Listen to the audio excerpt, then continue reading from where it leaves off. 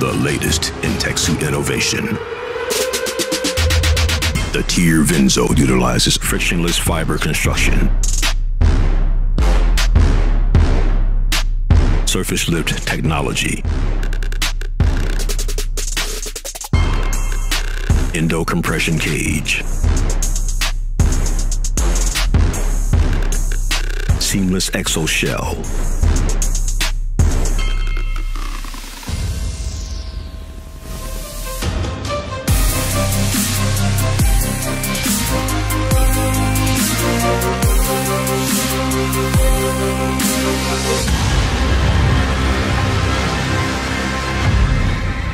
Tier Vinzo, Battleborn.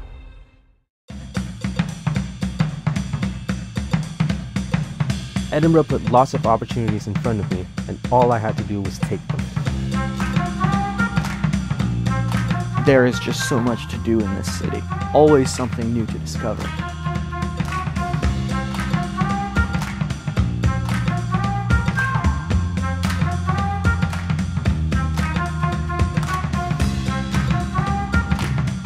I love exploring Edinburgh. I found the people here very friendly and so much fun. The city is known for being a global innovator in so many fields. That's what made it very attractive. Edinburgh University is highly ranked worldwide.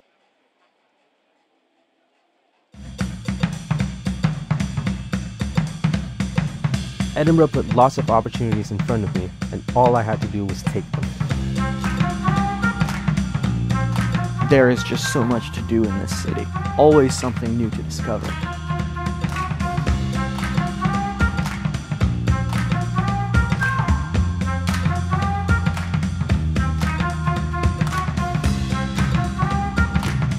I love exploring Edinburgh.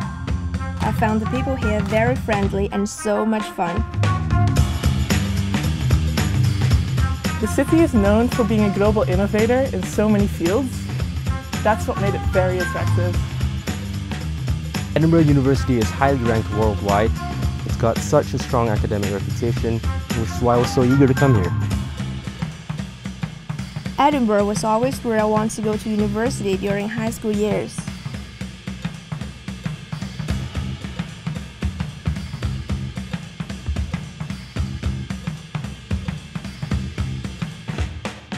It's a city with so many opportunities. It's a city you can be yourself in, and it's a city that challenges you. Volleyball was a huge part of my life before starting university. It's been great playing it here as team captain. The city has given me global opportunities to build my career, and I'll always be grateful for that. The environment here has changed me. I've discovered my own independence. I've made a lot of friends in Edinburgh. Scottish people are so welcoming. They've made me feel part of the city. Everything I wanted to do, Edinburgh made happen. That's what university should be about. You need to be in a city that can inspire you. Ladies and gentlemen, that was it. There are a lot of world-class universities, but how many of them are in world-class cities?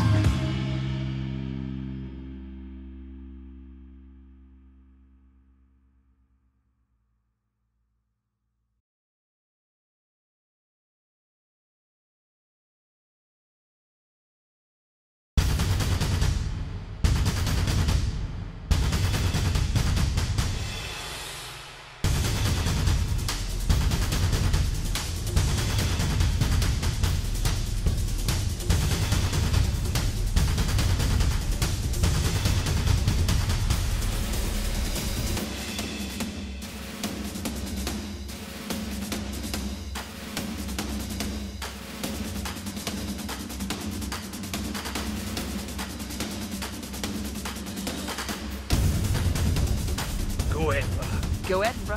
Go Edinburgh. Go Edinburgh. Go Edinburgh. Come on, Edinburgh!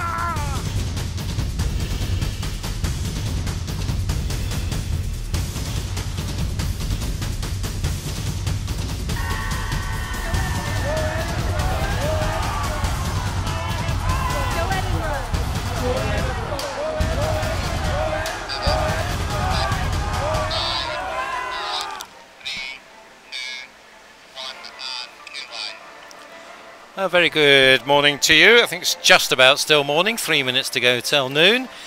Here from the Edinburgh International Swim Meet, here for session 5 of the 2019 meet at the Royal Commonwealth Pool in Edinburgh. I'm Duncan McKinnell, and I'm joined in the commentary box this afternoon by Tony Rose. Good afternoon, Tony. Afternoon, how are you? I'm very well, thank you. Thanks very much for asking. So, this is just about the halfway mark of a meet that is brought to you by our sponsors, so we couldn't do this without them. University of Edinburgh Sport, prime sponsors of this meet. City of Edinburgh Council have put in valuable support. Our partners Tier, always supportive of our major swim competitions here in GB. And also Sports Abroad, who organise swimming training camps across Europe. And all of those sponsors, we're very grateful to their support that allowed us to bring this meet to you. Here's what's coming up this afternoon for you. These are the slower heats. We had the faster heats this morning. So the challenge for the swimmers this afternoon is to force their way into the final. We've also got some very talented para swimmers coming up here, so watch out for them. We had 3 Scottish records, Tony, yesterday. Fantastic. In the para classifications, so watch out for some of our para swimmers. 400 IM will get us going this afternoon. We saw some great swims from the likes of Joe Litchfield and Juan Pons this morning. And Juan Pons at the moment the fastest qualifier. They need to get to something like a 4:38 to make it into the finals. Only the one final plus a junior final for the 400 IM, but there's opportunities for the juniors. Yep. Certainly we've only had, that's just 3, 4, 5, 6 plus 1 who's made it into, at the moment, into the A final. So definitely opportunities for junior swimmers to swim again tonight. Yep. Our sprints, 50 backstroke. We've got 2 lots of sprints today, the 50 backstroke, men and women, and then later on in the programme, freestyle for the men, breaststroke for the women. In between that, we've got men's 100 breast, women's 100 butterfly. So what are you looking forward to there, Tony? Pretty full programme, Duncan. Yeah, good to see some 800s, like some long distance freestyle, so it'll be good to see how the swimmers all manage that, so looking forward to that one, and a bit of splash and dash in the sprints. Yeah, that should be good, because we've got some really excellent swimmers here. You can see here the first heat just about ready to go for the 400 individual medley. Still just completing our preparations before we go. We haven't quite hit the magic 12 o'clock start time yet, so just a couple of minutes probably still for us before we get started. We saw Adam Peaty, of course, this morning. James Guy, Adam Peaty, some real world stars, not just British stars. It was good, exciting swimming. That breaststroke should be quite something this evening. Got Ross Murdoch as well in there, and Adam Peaty will be great swim this evening. So we've got good juniors coming in the breaststroke as well. And we've got, of course, Scott Quinn, the para breaststroker going this afternoon, so keep an eye on that world record holder. He seems to break world records every time he swims, just about, Scott. So it'd be good to see how he can get on this afternoon. So that will be the final heat of event 225. So keep your eyes open for that one. 106.24. It's a pretty recent world record. He set that just in the period before Christmas at the National Para Championship. So we'll be looking to see what sort of form Scott is in at the moment. We've got other para swimmers who could be on record-breaking form. Stephen Clegg, S12, partially sighted swimmer, now swimming at City of Sunderland. Yep. He goes in 50 backstroke. And just in case you heard in the background there, the klaxon, we've got some spot swims coming in for prizes this afternoon as well, I think. So if people watching on the stream heard the klaxon, look out for that. But we're ready to go now. 400 IM. is first up. This is the first of 3 heats. 5 swimmers take us off, and they are Samuel Chittleborough of Warrender. He goes in lane 2. Felix Hale of local club Inverleith is in 3. Sean Craig Mile of East Lothian in lane 4. Jake Kirkham of First in lane 5, and then from further afield, Mehdi El Mansar of Bishop Stortford in lane 6. Good stuff. These 15, 16-year-olds swimming in this heat. Taking it out at the moment, we've got lane 4 Sean Craigmile from East Lothian, followed very quickly behind with Sam Chittleborough. He's come on in the last few months. He's had some really good swims in some of the competitions we've had over the East Districts in the last few months, so good to see how he gets on. But Sean is taking this one out in this first on the fly, probably more known as a backstroker, Sean, but he's having a really strong first 100 here in this 400 IM. Yep, taking it out very strongly here. He's got a lead of, what, 3 metres or so as we come up to the 100. 1:03.79 is his split. So an advantage of about 2.5 seconds, 2.54 from Felix Hale. So he turns in second. Samuel Chittleborough in third, into the backstroke. Yeah, you expect Sean to pull away, I would have thought, in this leg. And Sam will be hoping just to keep with him, because I expect him to come a bit stronger on the breaststroke in the next leg. So we'll see how this race can evolve. Yeah, Sean Craig Miles' lead staying pretty steady, I would say, at the moment. So it was 3.5 seconds, and they went into backstroke. Let's see what it is halfway through. 1:42.02 his split, and 1:44.54, so it shrunk a bit. Yep. 2.5 seconds. Sam Chittleborough is moving up nicely here in the backstroke. He's going to set himself up nicely for the breast, but the others are really not out of it at all. You've still got Felix and Mehdi and Jake. So Jake and Mehdi are both a year younger than the other 3 swimmers. Approaching halfway. Sean Craigmile maybe just extended his lead in the second half of the backstroke. See what the gap is now. 2:18.60 the split. 2:22.57 for Sam Chittleborough. So back up to 4 seconds. Quite a contrast in the first half and the second half of the backstroke there. Absolutely. So let's see what happens on the breaststroke. Often the leg that can turn things around in an IM, and Sam is already pulling something back on Sean. Quite a lot, actually, probably a good metre or 2 in that first 25. And Sam has pulled away from the others in the field, so it's now looking like it's going to be between him and Sean, and has almost caught him up in that first 50 of this breaststroke. Yeah, I think we're looking at Sam Chittleborough's strongest stroke against Sean Craigmile's weakest stroke. So you can see there that 4.5 seconds has completely disappeared. Yeah, turned it around, and Sam turning in first. So now the challenge for Sean Craigmile is to stay in touch in the second half of the breaststroke to give himself a shot of coming back again at the freestyle. Meanwhile, there's a good battle for third going on. Mehdi El Mansar just ahead of Jake Kirkham, focusing there on Sean Craigmile, but he's currently in second place, though he is staying in touch more or less. That's a good 5 metre turnaround for Sam, at least, if not more, and he's got a good just under 5 metre lead coming into this freestyle, so it's all to play for here. See if Sean can kick back at him, but it's going to be quite a strong last 100 if he can get back to Sam. Looks like Sam's really got the bit between his teeth now and is definitely going for this one. Yeah, Sean is a pretty strong freestyler, but somehow if you lose the momentum in the breaststroke, it's hard to get it back in the freestyle.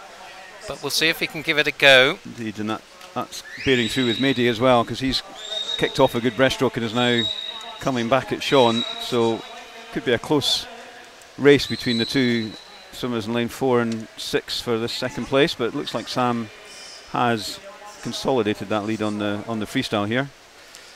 Yeah, 3 second gap at the final turn. Surely that is way too much for Sean Craigmile to bring back. Indeed, so 4:55 was Sam's entry time, so it'll be nice to see whether he can get close to that. And Mehdi is really coming back nicely on Sean as well. I think Sean maybe just hold on for a second, but Sam is going to take this one, and in a Nice time there, 4:53.62.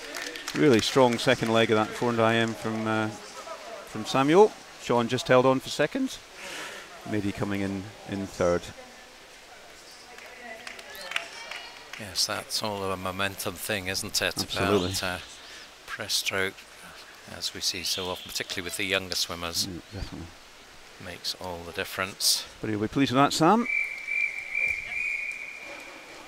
So the second of the 3 heats coming up now.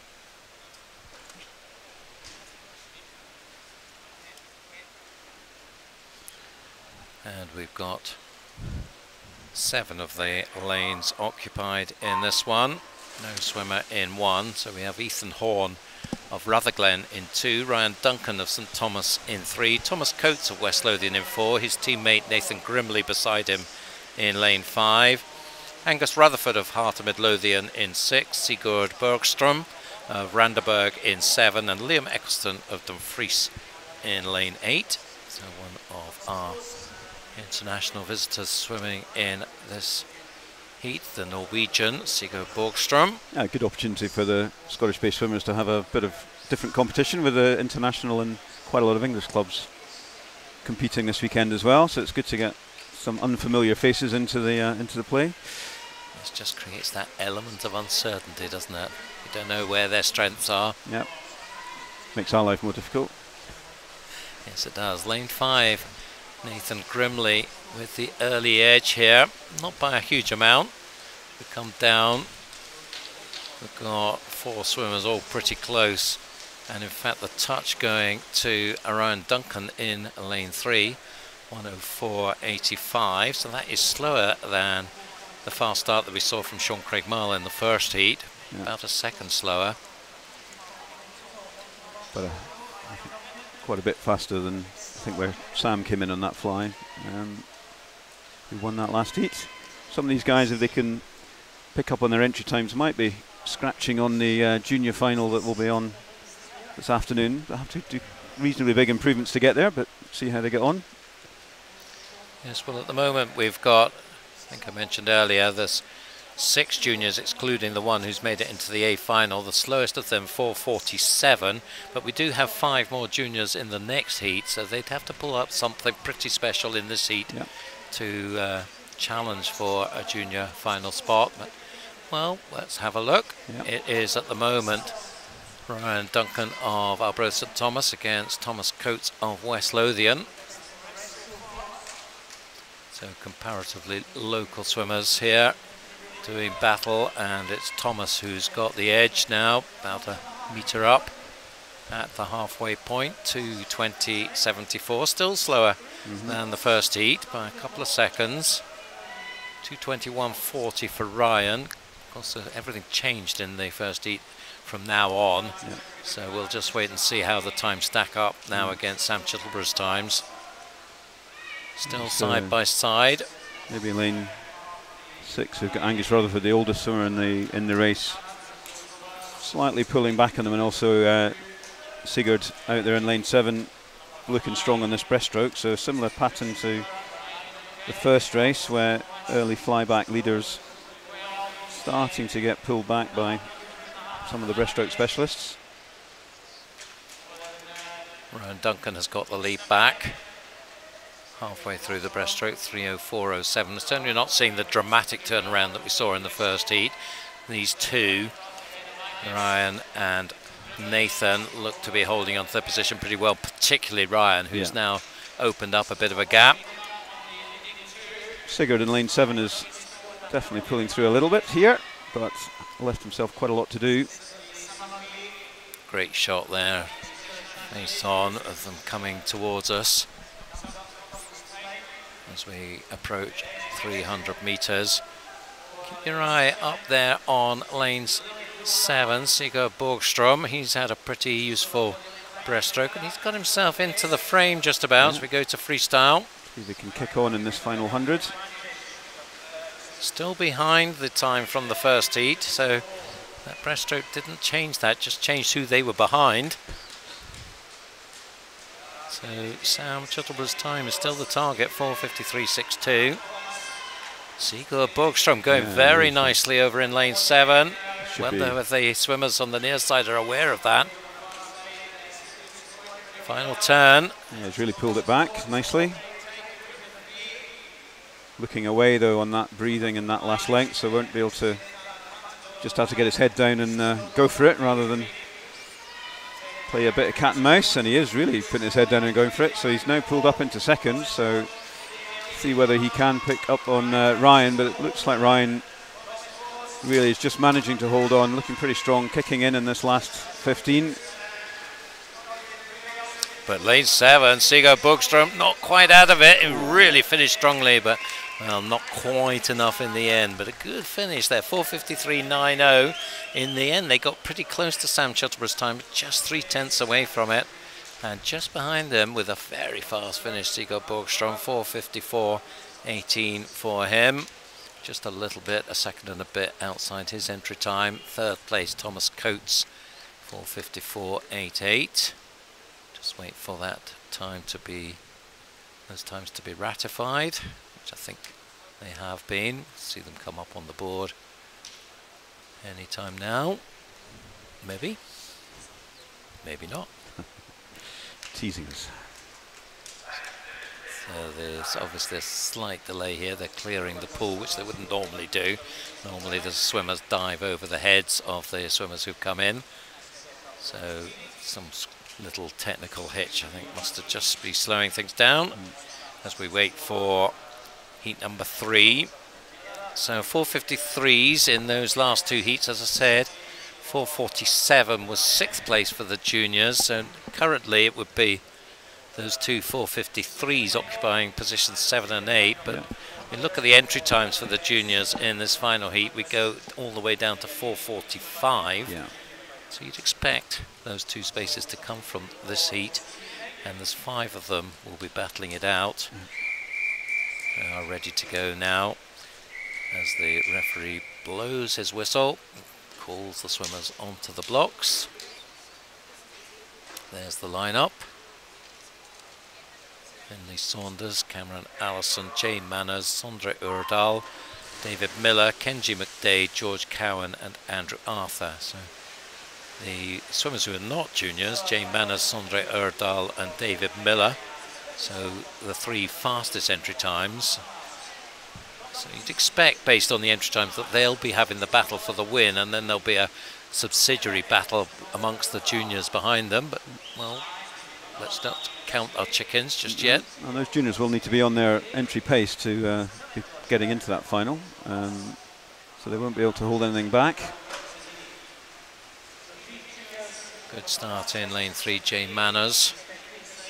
So he is our early leader by a fair margin. Nice swim from Andrew Arthur up at the top of your screen in the white cap for Aberdeen. So he's certainly in the mix amongst the juniors. He's the leading junior just from Kenji McDade of Oxford in lane 6. In fact, Kenji maybe just gone past him now, but it's Jane Manners and also in lane 4, Sondre Urdal, Norwegian from Bergen, 1:02.72, so this is faster.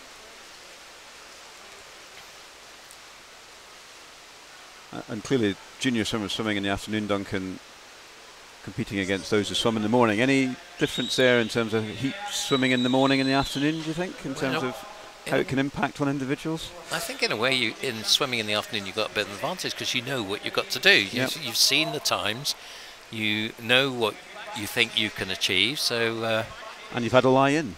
Absolutely. What's not to like?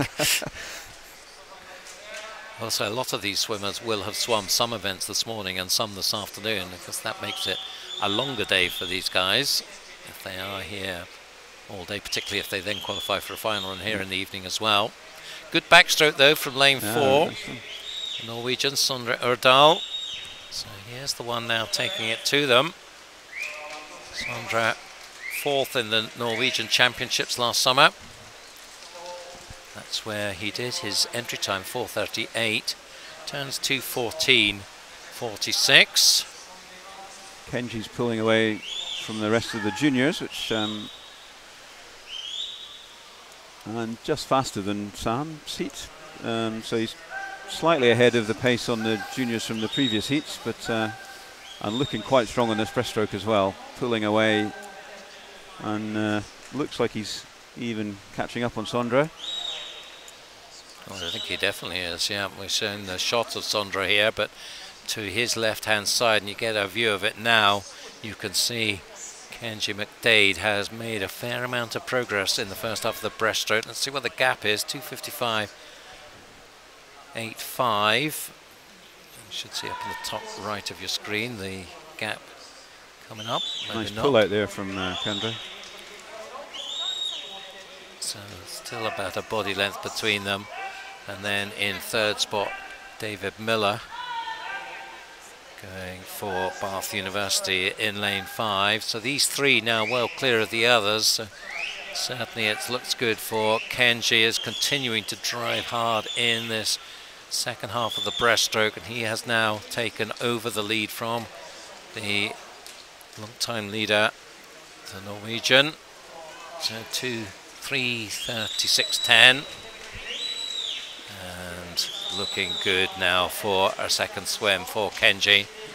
I think he can almost start to think about this evening now, as he's sufficiently clear of all the other juniors and leading the field as well. And I predicted there were going to be 3 at the front. I didn't quite think there were going to be this 3. No, he's really stormed on in this this heat. I suspect he'll want to just kick on and see what time he can get, because he's looking like he's on for a good PB. So no saving himself for a final, just doing as fast as he can. 4:45.53 is entry time. Sondre Ørdal now is coming back at him in lane 4, so he might just edge the heat, although it still is Kenji has got the advantage, and in fact I think he's going to hold it. Yeah. It's closing up a little bit as they come into the wall, but what a good time, 4:40.83. Well, nice 5-second PB there for Kenji.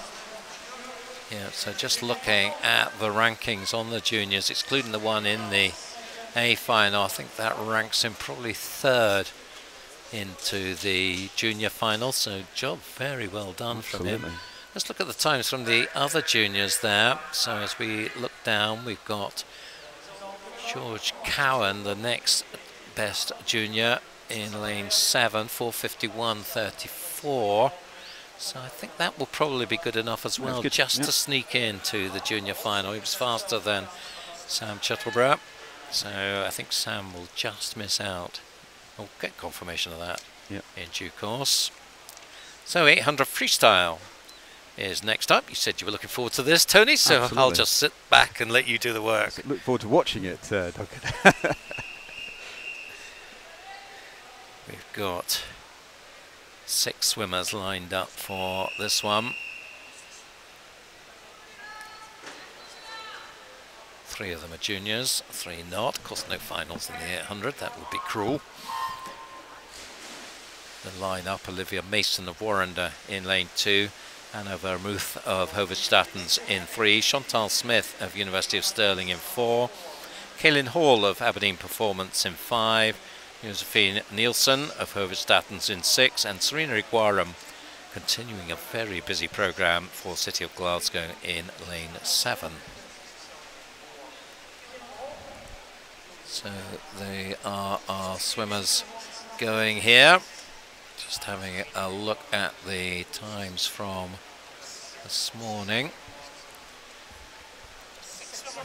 Just had the 3 swimmers going this morning, and they ranked from 8:59 up to 9:33. So certainly these swimmers could get ahead of that 9:33, you would think, based on their entry times. But that was Amber this morning, wasn't it? She had a really strong swim. She just paced it very well, stuck at it, and came back strong.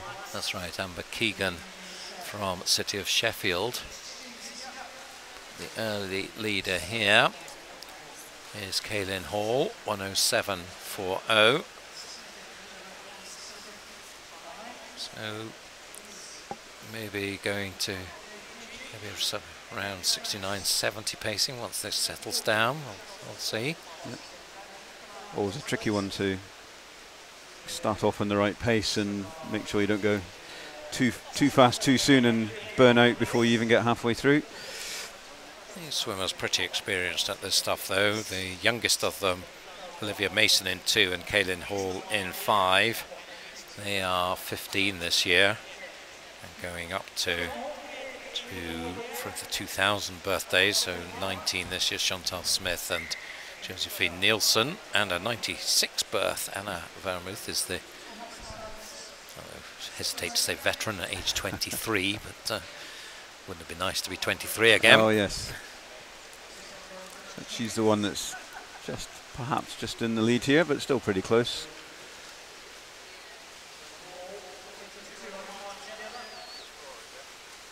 But it's Kaylin Hall holding on to the 2:19, so 1:12 there for the second 100. So my prediction of 1:10 was a little bit off. 1:12 is the pace that they've settled on. Still very much there. Anna Vermouth in the blue cap in lane 3. In between them, Chantal Smith, and then the Warrender girl Olivia Mason. So the juniors, as I said, Olivia Mason and Kaylin Hall, so both of them going pretty well, particularly Kaylin, who continues to lead in lane 5, 2:54.85 at 2:50. So the fastest junior time, Iona McLeod's 9:17.62 this morning. Just looking at the line-up for the fastest heat this evening. I think there maybe will be one junior, Lola Davison, will be in that one, so certainly have to go inside 9:17 to challenge for the junior title. Anna for the first time just edging the lead there, 3:13.94, but we're talking fractions at the moment. Slightly faster third 100 than the second, so it feels like they've maybe found their rhythm. Yes, that's interesting, because they're 1:12 up to 1:11.5, so perhaps Anna is going to be just pushing on the pace here. Sometimes that is a tactic in the distance events, is to start steady and then gradually build and build throughout. Yep. And Anna, as a reasonably experienced swimmer, might well decide that that is the right tactic for her. Yep. So she's slightly starting to edge away here.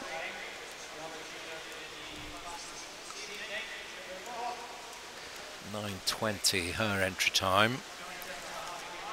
Get a sense as we go through this where she's going to be against that. 4:41.68, so again picking up the pace. We're getting towards the 1:10s I was talking about earlier on, so I'm feeling slightly vindicated now. Finally listening to you, Duncan, which is good to see. About time, yeah. If they could maintain sort of 1:10 sort of pace, there's a big chance of a negative split that here would be from good Anna. to see.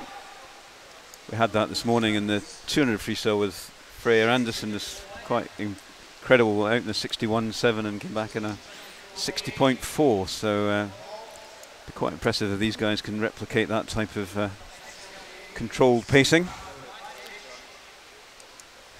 Kaylin Hall is sticking with Anna. She's a bit more than a body length back there in lane 5. So she's certainly leading junior in this heat. And we'll see whether she can hold her own against Anna. Danish swimmer. So good to have this Danish team here. 5:51.16. So they are down to your 1:10, Duncan. So under it, 69.5. well, there you go. So we are very much on for a negative split if she can hold this sort of pace. And fair play to Kaylin Hall, she is responding to it. Good, talented youngster from Aberdeen Performance, national age group silver medalist. Of course, we've got national age groups coming up pretty soon, 2 weeks' time. 2 weekends. and we'll be live streaming that as well with Stream Scene. So you'll have 5 days of opportunity to watch on the screen. Like heats and finals, or just finals, I that think. one? Just finals for the age groups, but lots of them, because of course there's finals for each age group.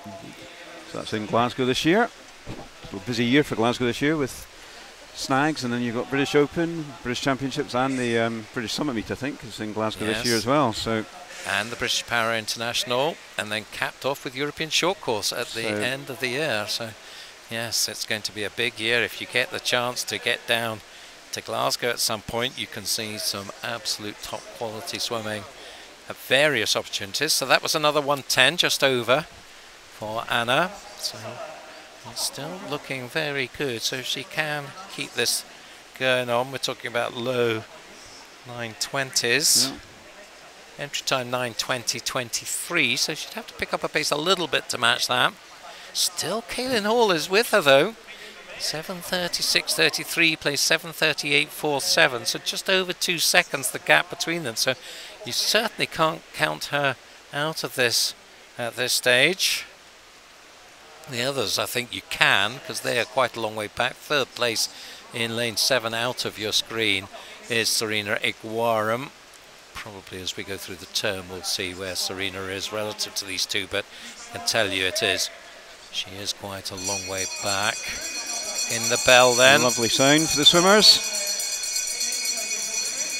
It's 11:47, so again, pretty much bang on the 110. So what sort of sprint has she got left in the tank, I wonder? Caitlin's certainly kicking on as well, so she's looks like she's actually making a last 100 dash to catch her up. Yeah, this is getting quite interesting here. Kaylin Hall was certainly under pressure as Anna picked up the pace progressively, but she's right in the mix as they turn for home. The gap is just about a second exactly now. Can she pull that back down this final 50 meters? What has Anna Vermouth got left in the tank? Well, it looks like she's got quite a lot, because just coming out of that turn, she opened the gap up again. Now she just needs to drive it on down this final length. One last push from Kaylin Hall to close it down again, and she is closing it down again as we come 10 meters to go. It is going to be Anna Vermouth though, red-faced Anna Vermouth bringing it in, and a great swim from her, and she did go under her entry time 9:19.62. She did do a negative split as well, so well, super stuff there from Anna Vermouth, and super stuff as well from Kaylin Hall. Pushed her every inch of the way there, coming in 9:20.40, just outside her entry time, but a really good, well-managed swim. Serena Iguaram taking third. Let's see there, her time 9:30.63. Enjoy that then, Tony. See, that was a good race then. Yeah, you said you were looking forward to the 800s, and it did not disappoint. I'd like to see a negative split. So. Yeah, that was really good stuff there, and enjoyed that one a lot. And well done to Anna Vermouth for bringing it in under pressure there from Kaylin Hall, but she got the job done. Now, just the 2 heats for men's 50 backstroke, so we go up to the other end of the pool there. They start, I was going to say start at the turn end, but that doesn't make a lot of sense. They start at the other end from where they normally start and come down to the one length of the pool. There is the lineup. Rhys Davis, S14 swimmer, goes M1 from Pembroke. Joshua Aspinall of Warrender, Elliot Miller of First, Alexander Catton of Bishop Stortford, Kyle Lumsden of Montefieth, Aidan Brown of Borough of Stockton, and Jake Kirkham of First. All juniors in this race.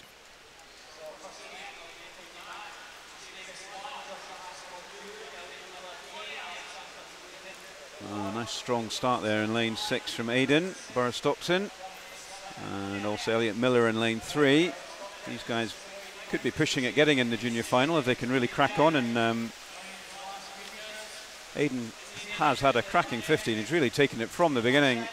28.87, just under his entry time, so he'll be pleased with that. Second place We've got Kerr Lumsden and Alexander Cato coming in third.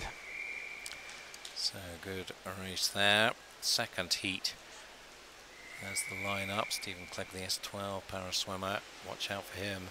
British record holder. Tom Bealey in 2. Great 200 fly from him this morning. Olivera Halloran, Adam Wilts, Kyle Pate, Ben Stagg, Frederick Muller and Rowan Greening. Rowan the only junior in this one.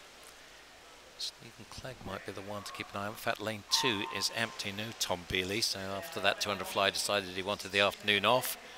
Don't blame him. So here they come then, and certainly Stephen Clegg at the bottom of your screen in the red cap. The City Sunderland going well. So in lane 6 is Ben Stagg of Loughborough. Those two, the front runners here.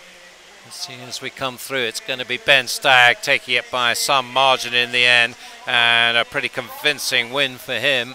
27.65 for him, so just inside his entry time. Second was Kyle Pate, and third Oliver Houghton.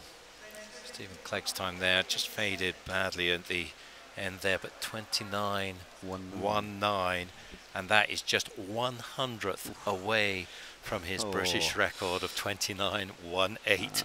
So close there. We thought he faded. He certainly started off like a bullet. He obviously wanted that record. Just found it hard to sustain that pace. And with the empty lane next to him, with no one to really race against, may have played against him on that. Yeah, but I'm sure he will improve on that record before too long. So we have a few more heats, 4 heats for the women's 50 backstroke. So let's see what we can get from these ladies. All juniors in the first heat. Isla Yule, Caitlin Drummond, Holly McGill, Marta Skolaseg, Alice Knight and Ashley Merson. Entry times all in the 32-second area. Again, we've got an empty lane, in fact lane 3, so no Caitlin Drummond. Lane 4, Marta Skolaseg of Hamar is the early leader here.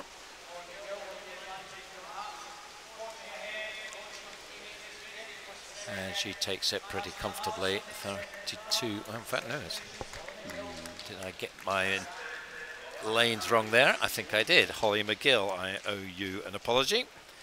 32.04 for the Hartscow, pretty much on her entry time.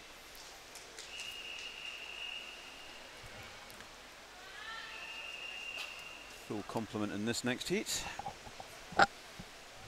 Anna Green in 1, Martha Reeves in 2, Niamh James from Bishop Stortford in 3, Mary McDonald Aberdeen Performance in 4. We've got Erica Kupek in Heart of Midlothian in 5, Jacqueline McMillan Carnegie in 6, Georgia Pease from Basildon in 7, and Abby Winstanley from Cockermouth in 8.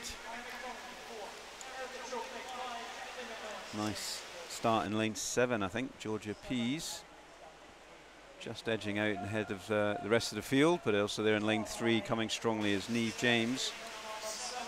Maybe in lane 1 Anna Green. Pretty close here as we come up to the ends, but I think it's 3, 5 and 7, and it's going to be right on the finish, and it's just lane 3, I think. Yep, Niamh James takes that, 31.52. Nice improvement on her entry time. Anna Green snuck in there in lane 1, 31.72, so another improvement in her entry, and Georgia Pease 32.07. Might hear in the background the klaxon. That's the spot prize for this race here. Nice little extra goodie for them to take home, Duncan. Yep, courtesy of our sponsors Tier, so thanks to them for their support. Here are the swimmers who will be vying for it: Alexandra Murray, Rachel Saunders, Holly Shand, Erin Donnelly, Rowan Saunders, Sarah Fraser, Katie Tulloch and Emma Margot. Times 31.2 to 31.4. Most of these swimmers juniors, just Sarah and Emma senior swimmers. We were close to a top 8 junior spot in that last heat. Morven Lister has the 8th spot at the moment, 31.69 from this morning. So that's the target for the juniors here. going nicely over in lane 8. Emma Margot, she's just got the edge, although they're coming at her now, particularly lane 5, Rowan Saunders, but it's Emma just holds on 31-17. Rowan Saunders there, 31-35, so that just nudges into contention for a place in the junior final. Just looking down the list, I think that would place her 6th, I think, or 7th, something like that. 7th, I think. 4 more juniors to go in this race to see. So can she hold on to that place, I wonder. But Emma Margot, the winner on that one, inside range time by nearly 3/10.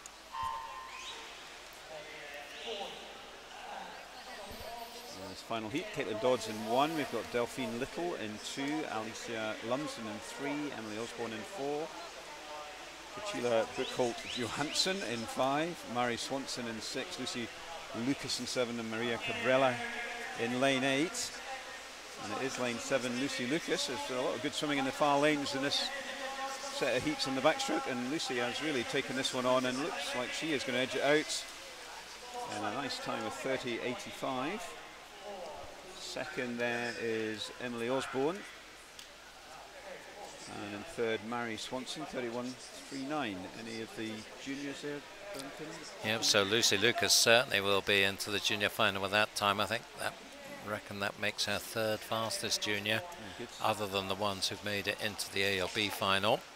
So very nice swim. She was 2nd in the junior final in the 100 yesterday, so she's on good form this weekend. Well done, Lucy. 100 breaststroke is going next. We've already seen some pretty impressive breaststroke today, haven't we? Have we? A few good swimmers around the place. Yeah, 1 or 2. So we've got 2 para swimmers, SB14s in this first heat. Rhys Davis in 3 from Pembroke and District, and Jack Milne of Dundee City Aquatics in 5, and in between them Jacob Papple of Borough of Stockton. 111 for Jacob, 112 for Jack, 114 for Rhys. We mentioned Scott Quinn, he's going in the final heat here, heat 5. So we've got a little bit of swimming to do before we see Scott. And at the moment it looks like it's Jacob and Jack taking this one out. And maybe Jack is going to get the touch. It's pretty tight as we come to halfway, but it is Jack. 34.53 as he turns for the second half here. Maybe just a slightly better turn from Jacob Papple, just brings him alongside now, so it's a head-to-head contest. Rhys a little way back, but once again Jack just edging back into the lead, so he seems to have the advantage in the swim after that slight advantage in the turn from Jacob.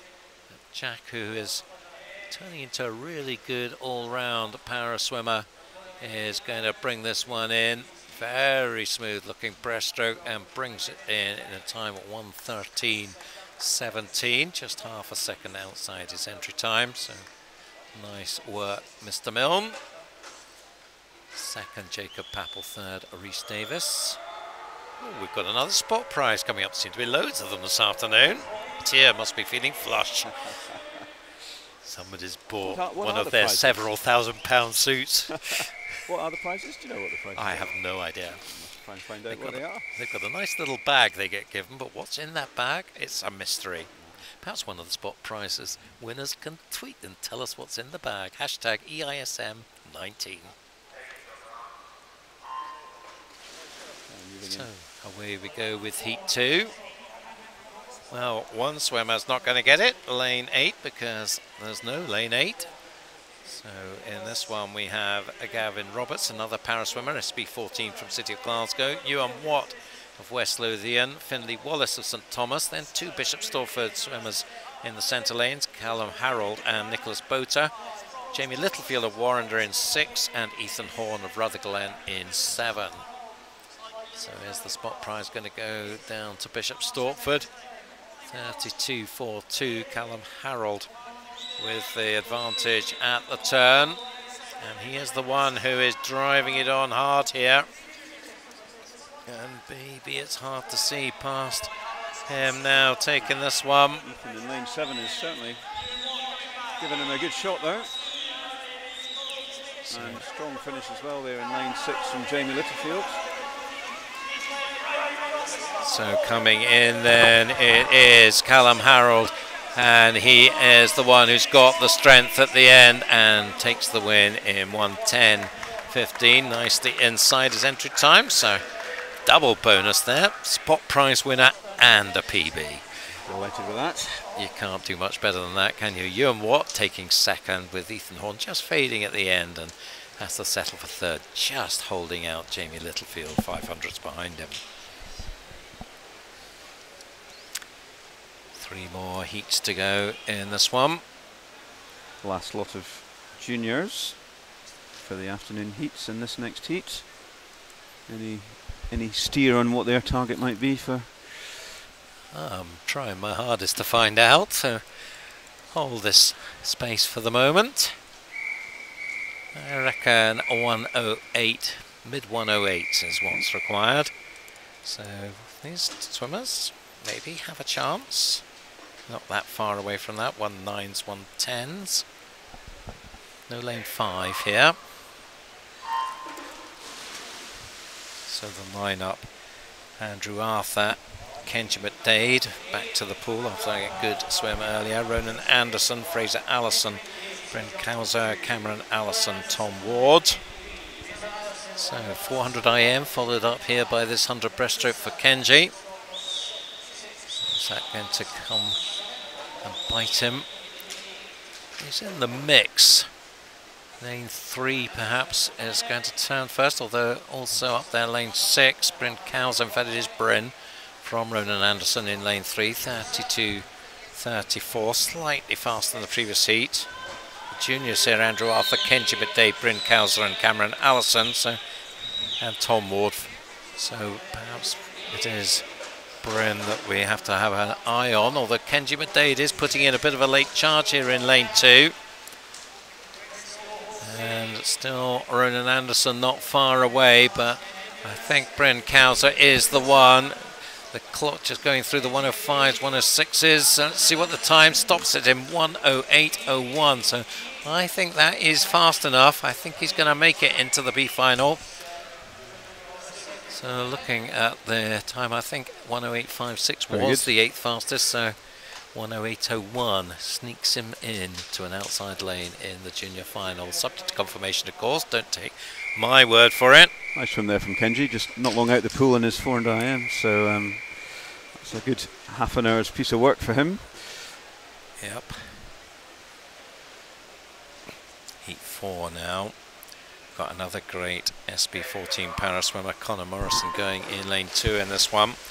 He's up against Jack Green in 1, Ross Neely in 3, Ewan Leslie in 4, Ross Young in 5, Craig Barnes in 6, Lassie Kriegel Skolfrup in 7, and Elvin Lato in lane 8. 106s and 107s the entry times here. Much more even race.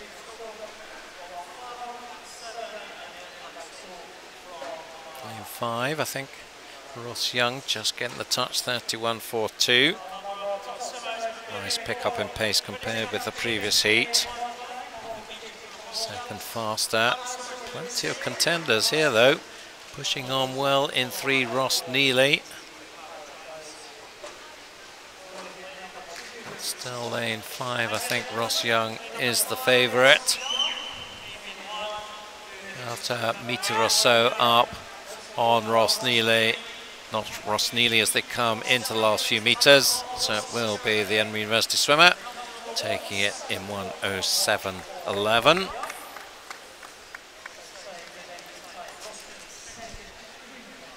Second place, Ross Neely. Third, Jack Green. Here comes Scott. Quite a character, I think, known around the pool.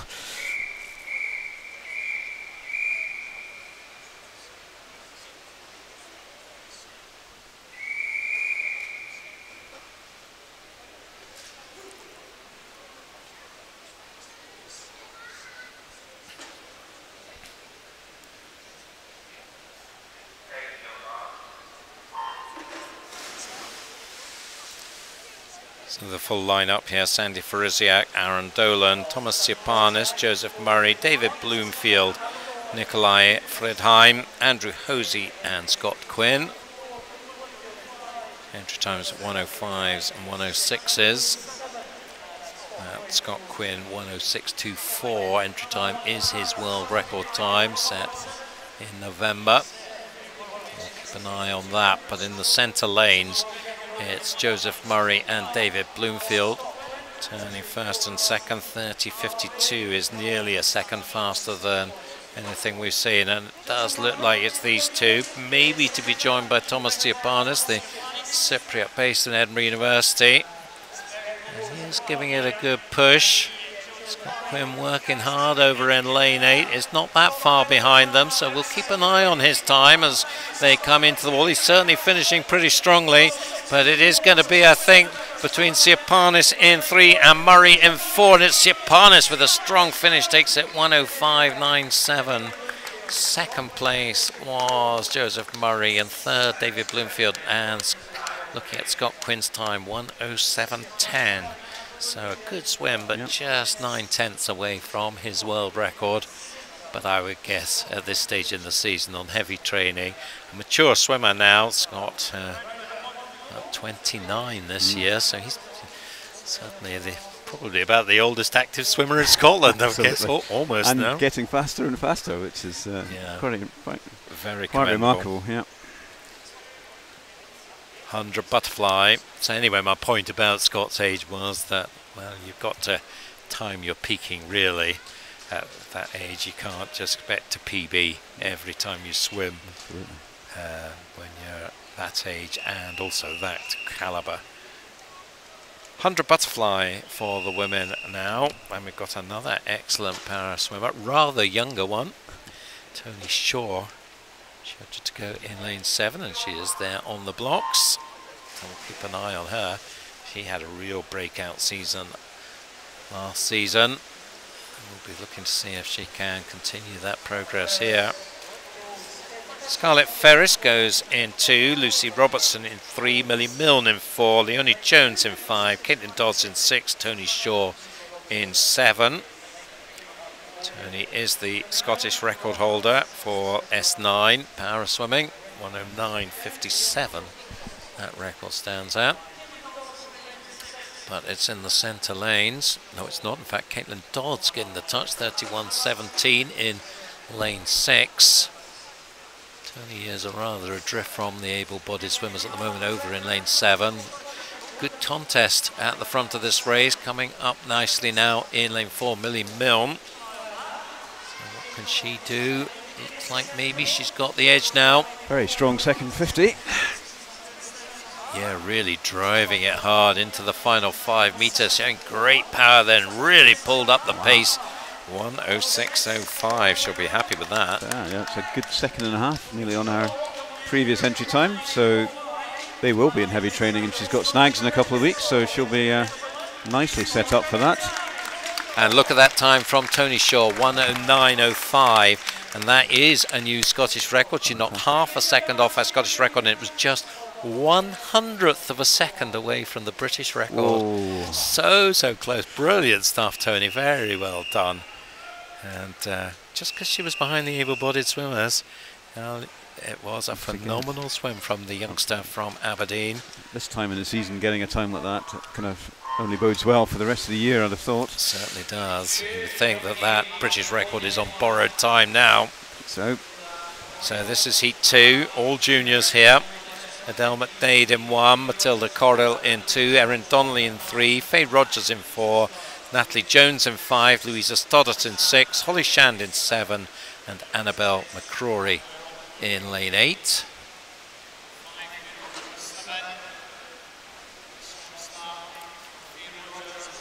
So through the turn, 30.56, Faye Rogers turning first, by maybe half a metre or so from Natalie Jones.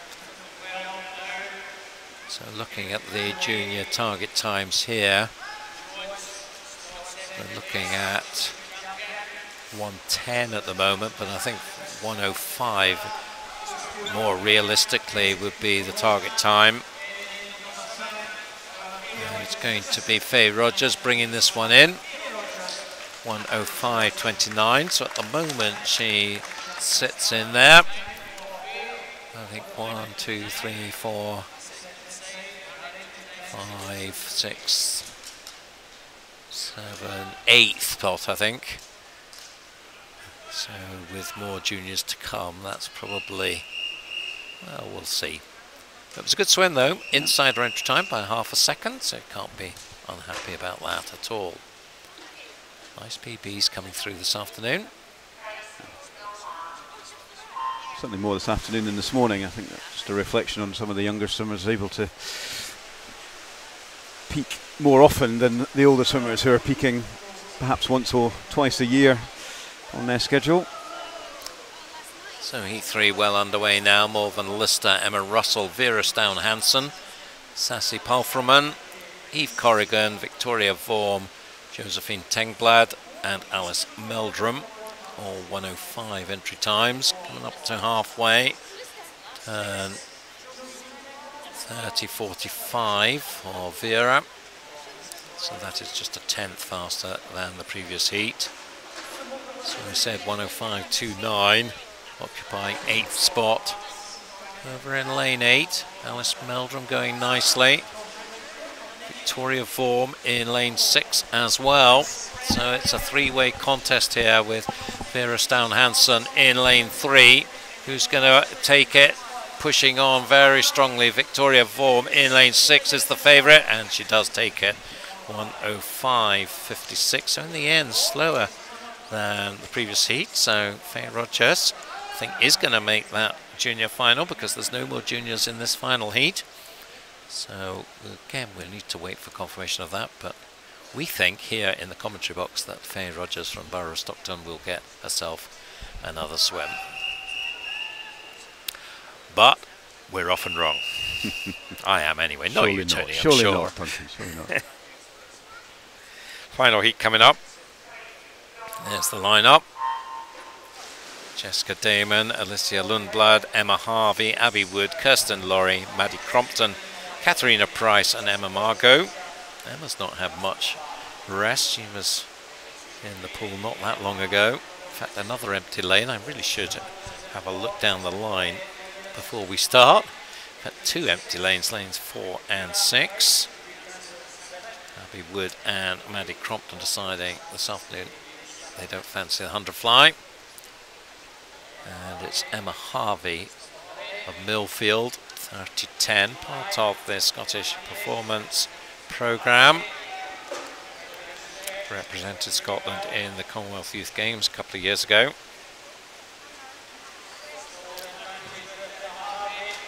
So she will be looking to bring this home. Finalist in the National Short Course here in December. But now it is Kirsten Laurie, who's just recently moved into the University of Edinburgh programme from Falkirk. And she does take it from a fast finishing Alicia Lundblad. Just a few tenths in it in the end. So all change in the second half there. At 1:04.34 for Kirsten. Jess Damon coming in with a quick finish to snatch third.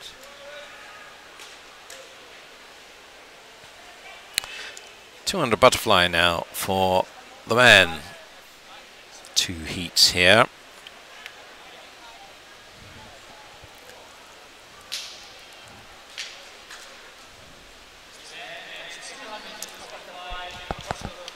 So this is where we saw that excellent swim from Tom Bealey this morning, just taking it to James Guy and Duncan Scott as well in one of the other fastest heats. So those at the moment are the top 3 for tonight. Not a bad final. No, it should be very good indeed. So I don't think we'll see that sort of pace here in this first heat. But let's see. We've got 6 swimmers going in it. Kenji McDade back again. There's no stopping this boy. City of Oxford man. He goes in 2. Ian Rose of Warrender in 3. Tony Joe Trett Oliver of University of Stirling in 4. Aidan Brown of Borough of Stockton in 5. Rory Young of Hearts in 6. And Aaron Carroll of Limerick in lane 7. I hope Kenji's managed to have a Mars bar or something in between his swim and this one. Crikey. Yeah, this is a real test of his stamina doing the 200 fly after the programme he's had. But it's the Irishman, Aaron Carroll, who is setting the pace at the moment. Up at the top of your screen. So he is looking pretty strong here. Very good first 100. 1:01.27. So that was just under a 33 pace there. So he will absolutely blast his PB if he can keep this going. But I wonder whether he's going to tie up in the second half. He's certainly set himself an absolutely scorching pace.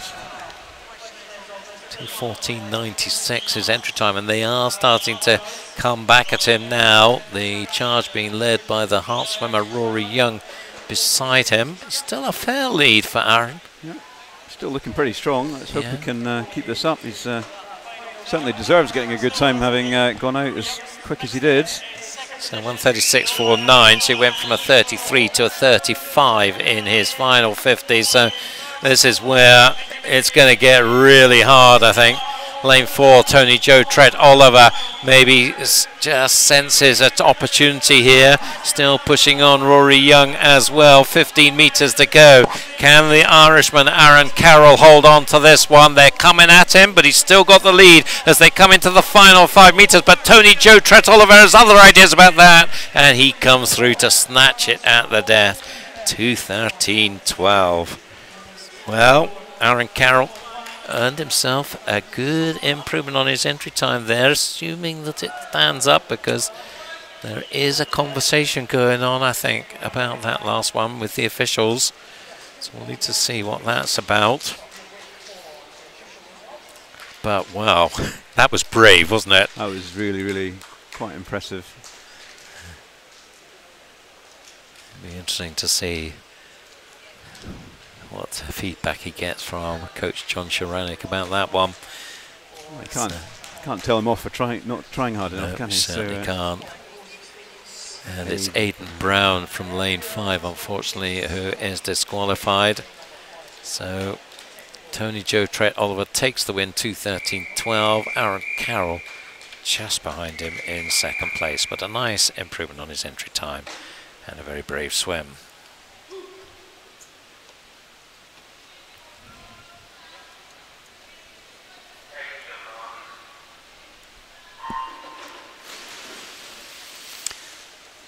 So we go now to, in fact, by the way, I think Aaron Carroll probably has earned himself another swim with that one as a junior, so that was a good result as well for him. So yeah, interesting if he does swim again, how he paces his final, whether he gives it the same blast as he did in the heat. Heat 2, Thomas Beck in 1, Ryan Retson in 2, Matthew Wright in 3, Rhys Ormond Cunningham in 4, Felix Gifford in 5, Zach Logue in 6, Lewis Hodgetts in 7, and Alexander Morris in lane 8.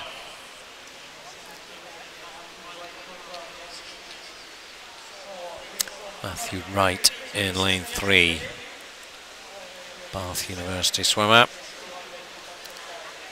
taking this one out. 2:07.5 entry time. In fact, Rhys Ormond Cunningham just getting the touch in front of him on 00.04. Second and a quarter faster than the first heat. Loughborough swimmer, Rhys quite a bit faster entry time, 2:04.30. On paper, he should be dominant here, 3 seconds faster than anybody else on entry times.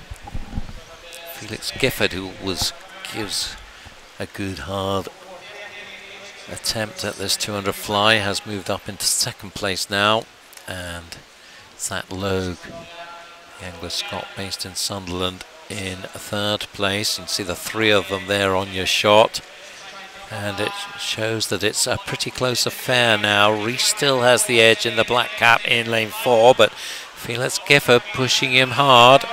15 metres to go. Rees holding him at bay at the moment, but by less than half a metre as we come down towards the flags and into the final 5 metres. I think Rees is going to hold on just. Matthew Wright finishing strongly, comes through to take 3rd place, but it was Rees Ormond Cunningham with the win in 2:09.33. Felix Gifford 2nd and Matthew Wright 3rd. And I think Rees Ormond Cunningham gets into the B final with that one. So very good stuff from him. We didn't see that happen yesterday, but we've seen it happen today. So well done to Rees. Subject again to confirmation. But the 16th place from this morning was 2:09.61. That was 2:09.33. So in my book, that sounds like that's a B final. Gets him in. So we've had some 400 IM. We've got some more now. The women have 2 heats coming up.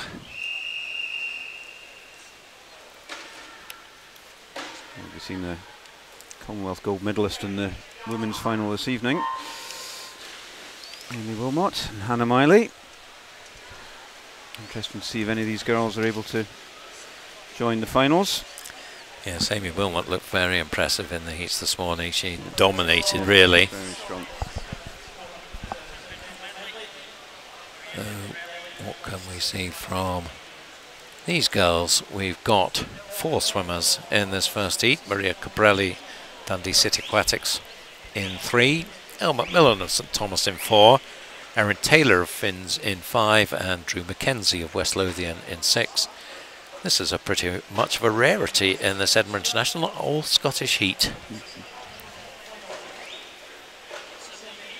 So and it's the youngster who's really taking it to them on this one. Yes, Drew Mackenzie is a swimmer with a very bright future, I think. She's shown a lot of progress in the last year or so. As you said, a youngster, just 14 this year. See what her split is. 1:09.01. Again, if we look at the position with the top juniors, moment, again, it's another one where the door is open because we only had 5 swimmers other than one who made it to the A final. So there are at least 3 spots open for grabs here. Got 5 juniors to come in the second heat. So can these swimmers get faster than 3 of them? Certainly Drew Mackenzie is pushing it on very strongly here. She's pretty determined to set them a tough target. Yep, on paper the slowest of this field. But she is the national age group champion, and well, we talked about the older swimmers finding it hard to pop up PBs all through the season, but the youngsters can manage it. Yeah, almost every swim by sometimes it feels like. And Drew will be looking to do that right here. Certainly her first half has been very strong. Maybe slightly coming back at her in this second 50 of the backstroke. 2:30.64. So that was about 1:11.5 for her backstroke. And you see her setting off on the breaststroke. That's a novelty, that pale blue cap for West Lothian, not seen that before.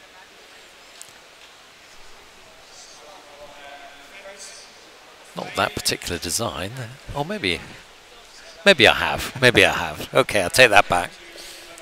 Coming at her now though is the Finn swimmer Erin Taylor. A strong breaststroker Erin, and I think the Drew Mackenzie lead is going to be gone pretty quickly now. So turned 4 seconds behind and has turned that around to a half a second lead, so 4.5 second turnaround in the first 50 of the breaststroke. Pretty dramatic. So that sort of takes us back to that first heat of 400 IM back right at the beginning of the session when we saw Sam Chittleborough turning it round pretty much in the same way as we're seeing here from Erin Taylor. And she is now, what, 3-4 meters clear. And we saw how hard it was to come back after that. Something like that. You just seem to not have the momentum to take into the freestyle after somebody has really gone strong in the breaststroke. To try and recover from that in the freestyle is very, very hard indeed. 4:00.90 for Erin, another junior, of course, all these swimmers juniors. Her average time 5:18. So let's see whether she can improve on that. East District silver medalist this season.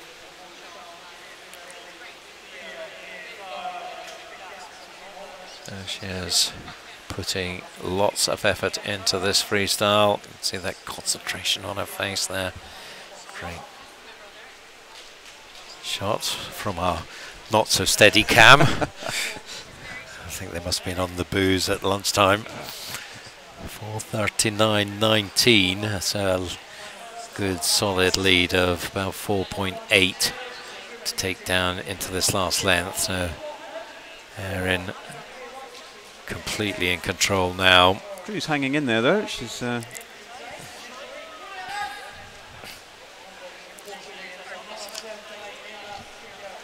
so we'll look at the times here. 5:18 Erin's edge time, 5:19 for Drew. Certainly Erin's going to be well inside her time. That's a lovely swim. 5:15.36. So it's only just slower than the times we saw in this morning's juniors.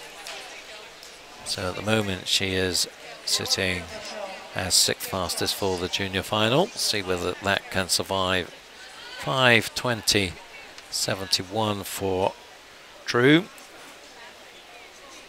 So in the end, just slightly outside her entry time.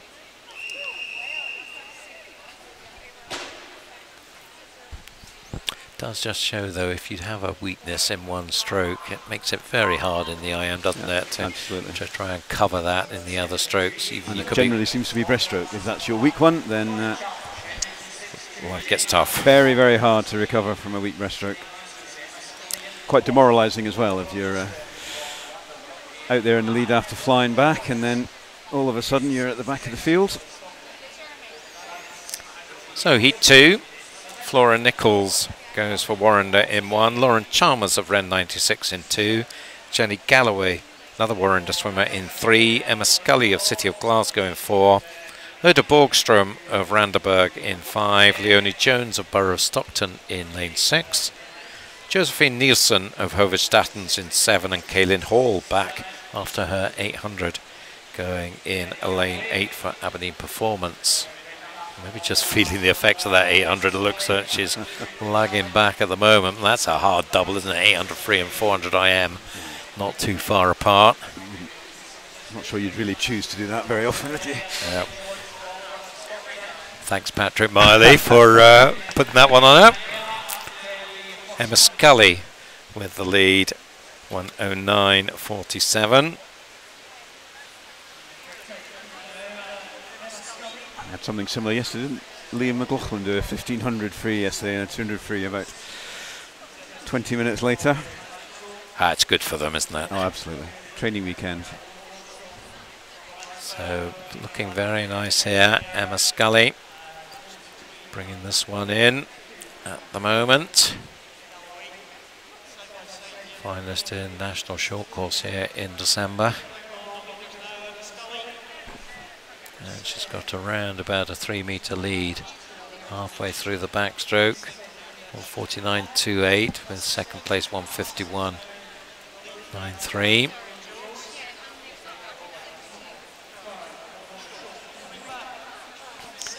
The race is about second at the moment.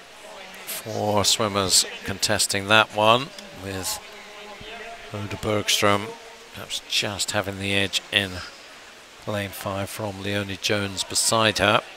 They're a fair way behind Emma. But it's the breaststroke next, so who knows? Are you making a prediction, Tony? Maybe. Well, we've got some good breaststrokers in this second set. So Jenny Galloway in lane 3 is a good breaststroke, but that's quite a big lead that she's going to have to overcome. So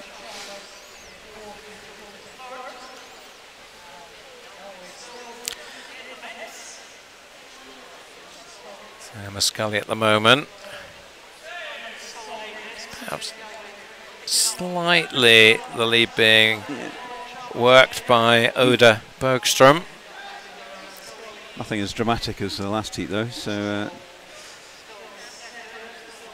let's see what the gap is at the 250 rather. 3:12.27 plays 3:16.22, so there's a 4-second gap still. So Emma Scully, you would have to say, remains in charge of this heat. Well, you said Jenny Galloway would make a move, and she has moved up into 3rd place in lane 3, behind Oda Bergström. The Norwegian finalist in the Norwegian Championships, Oda. And then in lane 6, it's Leonie Jones, so she has dropped back. She was with Oda when they went into the breaststroke, not anymore. So into the freestyle, 3:56.55, 4 seconds faster than the previous heat. And still a good lead, now 5-second lead for Emma. So surely this is going to be her race. 5:04.60 her entry time, so she'd have to do 68 for her freestyle to do that. We'll get an idea in terms of her split here, whether that's possible. 4:33.80, so I think the answer is no, that's not going to happen. And in fact her lead is shrinking here, so Emma perhaps just tiring now at the end of a long race, and Oda Bergström is closing on her fairly rapidly. I don't think she's going to catch her, but certainly the gap is not going to be the 5 seconds that it was going into the freestyle. Emma Scully holding about 3 meters advantage now, which she will take into the wall, which she touches in 5:09.08, 5:10.80, so the gap went down to 1.7 in the end there. Jenny Galloway just coming in 3rd ahead of Josephine Nielsen. 5:18s for them and 5:19.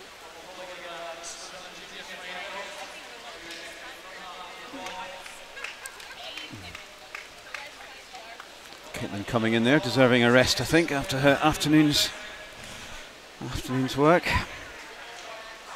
So just looking at that 5:18, I think she might just sneak into the junior final of that, Jenny Galloway. Certainly Erin Taylor from the previous heat is going to be in there. I'm not sure about Drew McKenzie from that previous heat as well, so we'll just wait and see there, but I think it's definitely Erin Taylor and probably Jenny Galloway. 50 freestyle now. 7 heats for the men.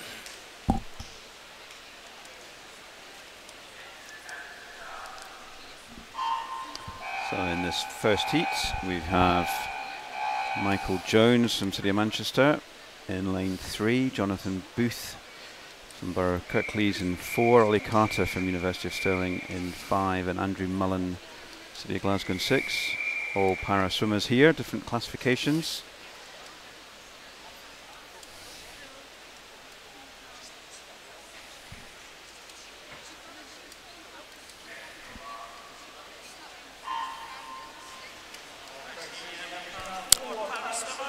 So this one could be interesting. Andrew Mullen for a long time has been the face of para swimming in Scotland. He has the most severe disability, S5, so he will trail the field, but we'll keep an eye on his time. Ollie Carter broke a Scottish record yesterday. He holds the Scottish record in this one as well, and he has the lead in lane 5 from Jonathan Booth, the S9 swimmer, but it's Ollie Carter who takes it in 27:24, and that improves his Scottish record by 1/10 of a second. So new Scottish record in the S10 category for Ollie Carter. Great stuff from him. Jonathan Booth touching 2nd, Michael Jones 3rd. Andrew Mullen not far away from his entry time there, but a little bit away from his British record, 34.87. But well done, Ollie Carter, new Scottish record. Very strong, very strong. Yeah, his move to the University of Stirling this season from the Carnegie Club, and that seems to have done him quite a lot of good there. It seems to be an excellent fettle this season. It'll be very interesting to see what he can do with the British Power International coming up in Glasgow after the British Championships. Plenty of freestyle experts to be training with at Stirling. Yeah, that's certainly true.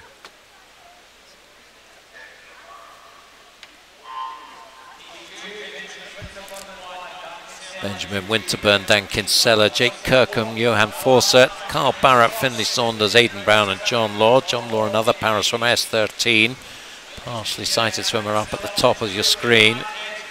This is going to be a bit of a scramble. Lane 6, I think Finlay Saunders, and lane 2 is up there as well, Dan Kinsella, but it is Finlay who gets the touch, 25.53. Second was Dan Kinsella, and third Benjamin Winter. Nice improvement on his entry time there for Finlay. He'll be happy with that. Yep, 3/10 is a good improvement in the context of a 50 freestyle, particularly to when you get to the ripe old age of 18. Indeed. There's the lineup for Heat 3. Ross Kerr, Yasin Ernal, Jamie Claxton, Tom Ward, Ethan Horn, Tony Anderson, Fraser Wilson, Cameron Travis. 25.5 to 25.8 the entry times here, coming down in a line. Call a winner here, Tony. Okay, lane 5 and lane 8. Cameron Travis having a cracking swim out there in lane 8, probably the youngest in the field. But it's going to be very tight at the end here. And I think it is Cameron Travis, 25.60. Equal first with Jamie Claxton. And third there is Yasin Ernal, 25.72. So really good swim there from Cameron.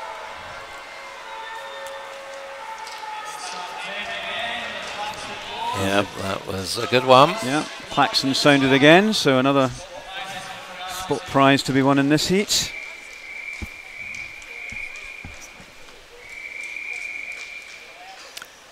And that's the 8 swimmers who've got a chance of winning it. Rory McKinnon, Miles Lapsley, Elliot Miller, Lewis Maxwell, Connor Massey, Joe Ratuli, Daniel Charder, Ian Rose. 25.2 to 25.4. Good start at the bottom of your screen there from Mulguy and Bearsden's Rory McKinnon. But again, it's a line of swimmers here as they come down the pool. Lane 7 is up there. Daniel Charder of Bishop Stortford. Maybe he's going to edge it. Pushing on hard in lane 4 though was Lewis Maxwell, but it was Charder just edging it. 24.88. He will pick up, I was going to say the big money prize, well, whatever is in that mystery bag.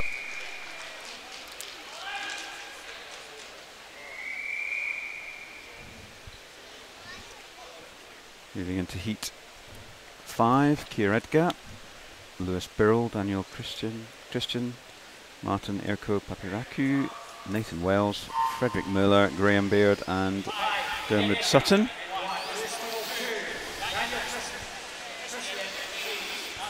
Not much time in it between the entry times on these guys, and again it's pretty close across the field. Maybe again lane 8.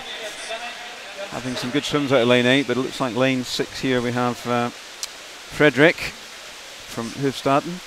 But very, very close, but it may well just be lane 6 or 8. 8 it is, Dermot Sutton from Limerick, 25.24. Second place we have Frederick Miller, 25.26, and then third Keir Edgar, 25.27. So 300s between the first 3. I think that 25.24 from Dermot Sutton might just edge him at the moment as qualify for the junior final. Although Daniel Charder 24.88 in the previous one, that might have bounced him out actually. So Daniel Charder maybe holds that spot. Final heat though, no juniors anymore. Christian Nichols, Gregor Swinney, David Bloomfield, Jonathan Say, Sondra Erdal, Marcus Rogers, Marcus Kjøs-Svensson and Stephen Clegg back in the pool. Looking good in lane 6, Marcus Rogers. Seen some good swims from him, and he is clear leader here. Wow. Well, the scoreboard here seems to have just gone a bit frozen on us, but we have got a time now, 23.90 for Marcus. That's a half a second up on his entry time. That's yeah. That's pretty impressive. Millfield's such a hotbed of swimming talent, and certainly Marcus doing very well for them. Final heat. There's the lineup.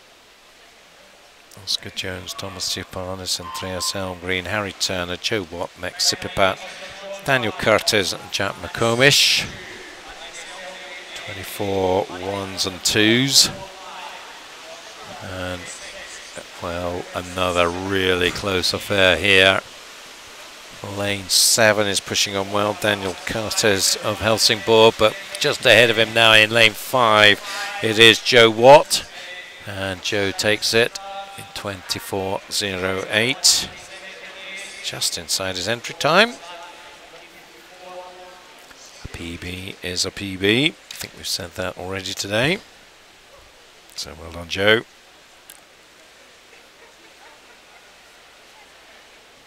Stay with the 50s as we move to the women. 50 breaststroke. Just 2 heats here.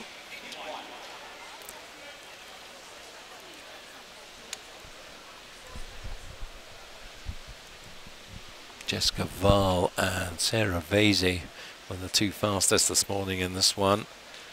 Matilda Schroeder as well was up there, and Cara Hanlon. So Spain, England, Denmark, Scotland. I was just about to say it's like the World Cup, but then you mentioned Scotland, so that kind of ruined it.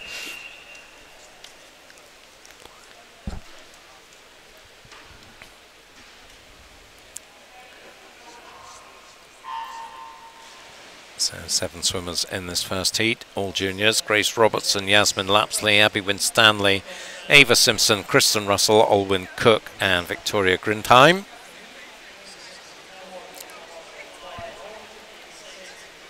Down the pool they go, headed perhaps by lane 4, Ava Simpson, although lane 6 going nicely. Olwyn Cook between these two, and Olwyn perhaps just has the edge now in the silver cap of Limerick, and I think she will take it, just stretching into the wall there, and takes it 35.87.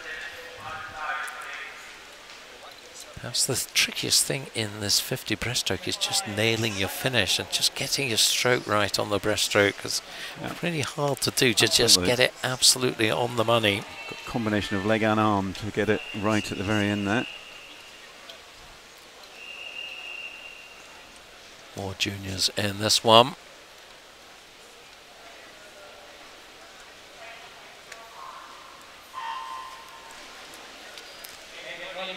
Megan Ruddy, Poppy Pope, Sophia Olthoff, Katie McKenzie, Sophie Hall, Sophie Bain, Yasmin Ali and Anna Colston. 6 of the 8 swimmers juniors. Times 35.0 to 35.4 entry time. No swimmer in fact in lane 2, no Poppy Pope. So 5 juniors. And well, it's a very close contest here, perhaps edging it now. Sophie Bain in lane 6. I think she will take the touch, which she does in 30. Well, slight confusion on the scoreboard. 35.06. The time coming up for Sophie. 100th inside her entry time. I think that will give her another swim. We'll need to just have a think about the others. Yasmin Ali, the next junior, 35.60. I think probably she will not quite get there.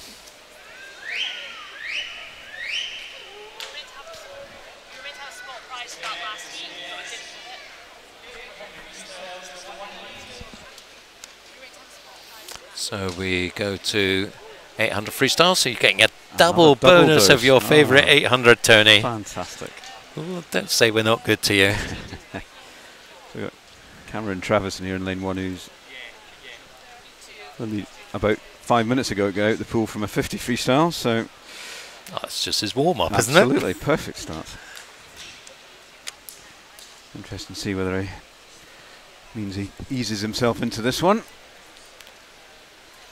We had 2 heats this morning. Fastest was Kieran Bird. He looked very impressive, 8:23.5 for him. Fastest junior, Kieran Thomas. That was a good swim as well, 8:31.56. 2 juniors here. We talked about Cameron Travis already. The other one, Nathan Grimley. The 2 of them either side of the pool.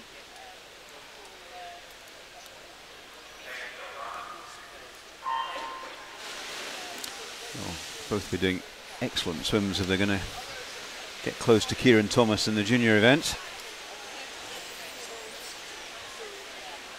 The line-up then in this one, we have Cameron Travis of University of Aberdeen Performance going in lane 1. 2 is Thomas Owens of Bath University. 3, Jacob Butterfield of Newcastle. 4, Bailey Hersine of City of Manchester. Matthew Wright in 5 for Bath University.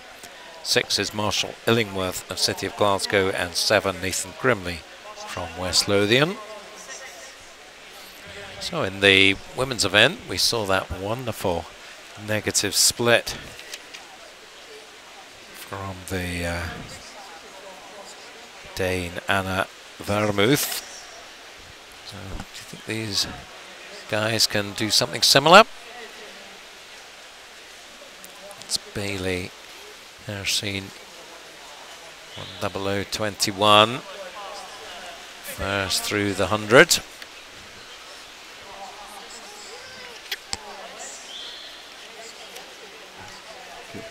Do well to negative split off a 61st 100, I think. It's all about tactics. There's more than one way to swim an 800, isn't there? You don't have to negative split it. Or even get close to it. But I know coaches do so like this pushing through in the second half and trying to maintain your splits from the first half. So another way to do it is just get yourself into metronomic pace and just hold that pace all the way through. You won't negative split it, but you will do a very good swim. Amazing. I mean, often in events of this length, when the swimmers are doing within 0.2 or 3 of the same time each 50, it's not easy to achieve, but it's possibly the way to get through these events. So it's a 65 for Bailey. Matthew Wright going out with him. So they are the front runners at this stage.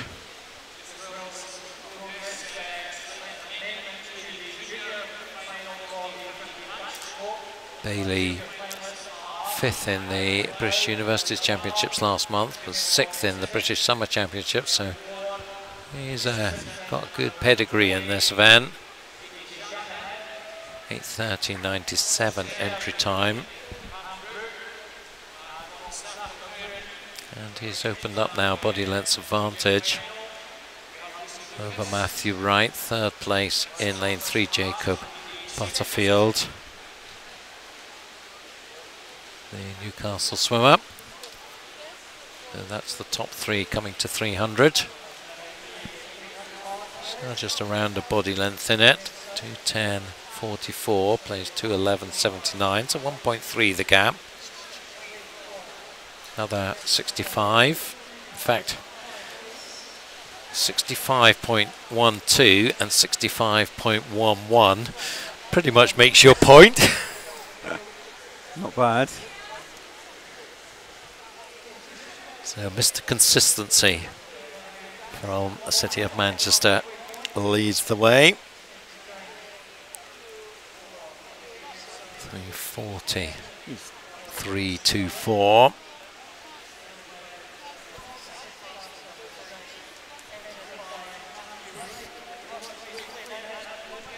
So you wonder when they are breathing to the opposite side of their main rival, you just, I suppose, feel the presence of the other swimmer there, and then when you turn and you're breathing the other way, and just see exactly where you are. Yeah, and you can see Bailey just moving to the opposite side of the lane from his closest swimmer, Matthew, just to give him as little chance as possible to feel his presence. But having said that, he's now moved right to the other side of the lane, right next to him, so he can see him clearly.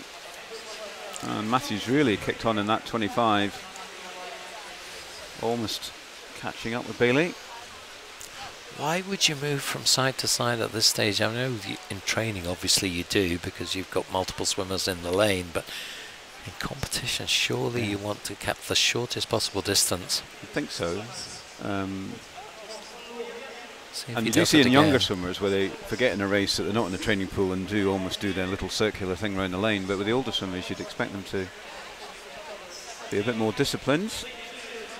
He probably is staying more in a straight line this time, and well, it certainly has Matthew breathing down his neck now. These two well clear. You can see nobody else in shot. Just appearing there in lane 3 briefly was Jacob Butterfield, and there you can see, as you see them coming down towards the camera, just how far clear they are. There is third place swimmer Jacob coming in. And now you see them coming away from the camera. Nice shots there from our steady cam operator. Well done. Turning into a nice little race. Certainly is. Matthew's catching through the swim, and Bailey seems to be pulling away at each turn.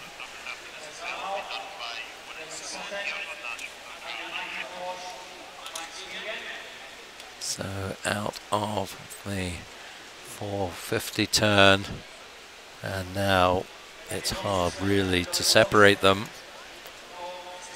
So Matthew, perhaps you put your money on now, because he never let Bailey get too far away, and he's now gradually pulled it back. It does look slightly smoother and more comfortable as well. Might just be the difference in technique though. But still, it is Bailey. 6:28.16, so the pace has dropped quite a bit. Yeah, a couple of seconds down on the last 100. But, well, you'd think maybe Matthew would have taken advantage of that, but he hasn't done, so his pace has dropped as well. Of course, the danger is obviously you pace yourself off the other guy. End up racing rather than... But he's certainly, I think he's taken your lead there, Duncan. He's decided that time is to move on, and he's for the first time taken the lead. So will Bailey respond to that? I think the answer is yes, he will. It's what you said earlier, his strength off the wall just certainly briefly anyway put him back into the lead. I think maybe Matthew has got it back again. Now you always reckon that the stronger turner has an advantage, because the effort of having to overhaul that every time in the swim, but well, we'll see how it works out this time. It is Bailey, but by 700ths only. The pace has picked up again, back to a 65. So I think we're in for a cracking last 100 here. Certainly is, and this is really where it gets mental, isn't it? Absolutely.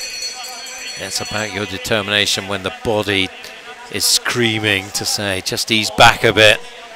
But you know you've got the other swimmer right there beside you. Absolutely. And you don't want to let him get any advantage. No, so but they're neither looking at each other on this last length, so it's all just down to head down and see what you can do. And Matthew is definitely coming back here.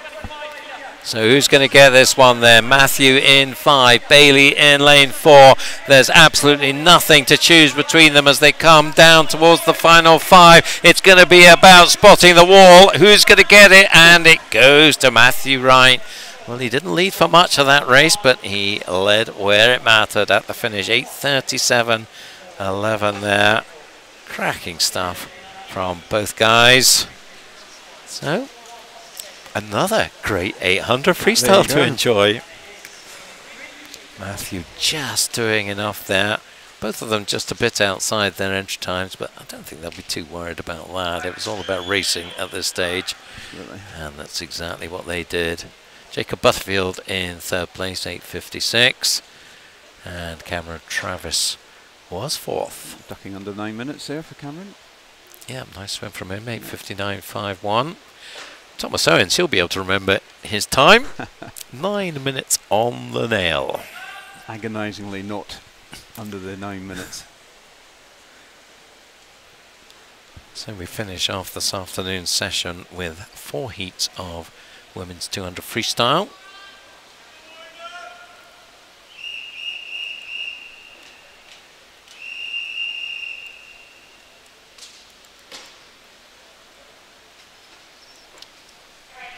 In this first heat we've got Vera Stone Hansen from Hoofstaden, Flora Nichols in lane 2, Warner Baths, Jacqueline McMillan from Carnegie in lane 3, Olivia Mason from Warner Baths in 4, Dina Smedsrud from Hamar in 5, Sarah Carroll from Bishop Stortford in 6, and Mary MacDonald, Aberdeen Performance in lane 7.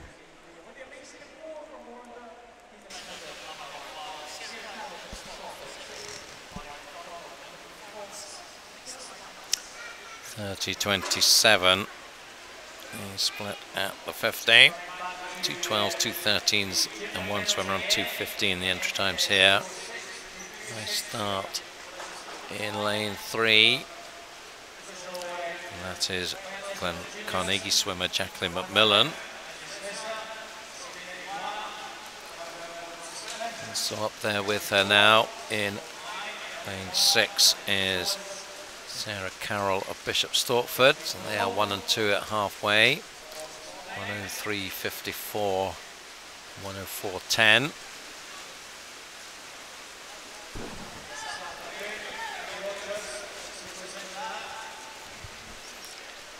Jacqueline, youngster, comparative youngster, 2004 birth year. So 15 this year, and she is good body length clear now, starting to make a bit of a move. Olivia Mason in lane 4, she's moved up into second just ahead of Sarah Carroll, which is quite a long way back from Jacqueline. So you fancy her, although the gap is shrinking now. Olivia doing a bit of a Freya Anderson here. With a strong second half after a steady first half. Unlike Freya, I don't think she's going to get past the leader. Jacqueline McMillan holding on to take it. 2:12 for her. 2:12.14 to be precise.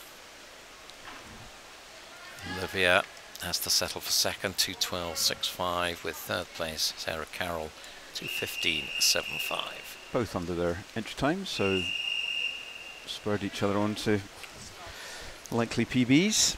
Yes, Jacqueline McMillan responded very nicely to the challenge there, because she was under pressure a bit down that last length. 8 swimmers go in heat 2.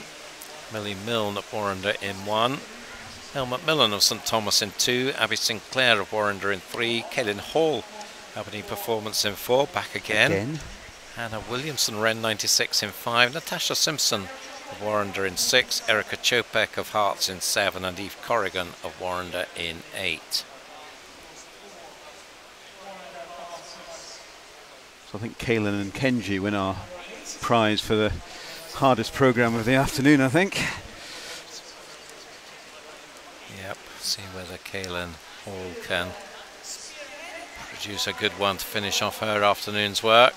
Certainly going pretty well in lane 4. She's right up there, maybe just has the lead. From lane 5, Anna Williamson. So we talked about the rarity of all Scottish heat, and this is another one. The Aberdonian is leading the way, 1:04.06 for Kaylin.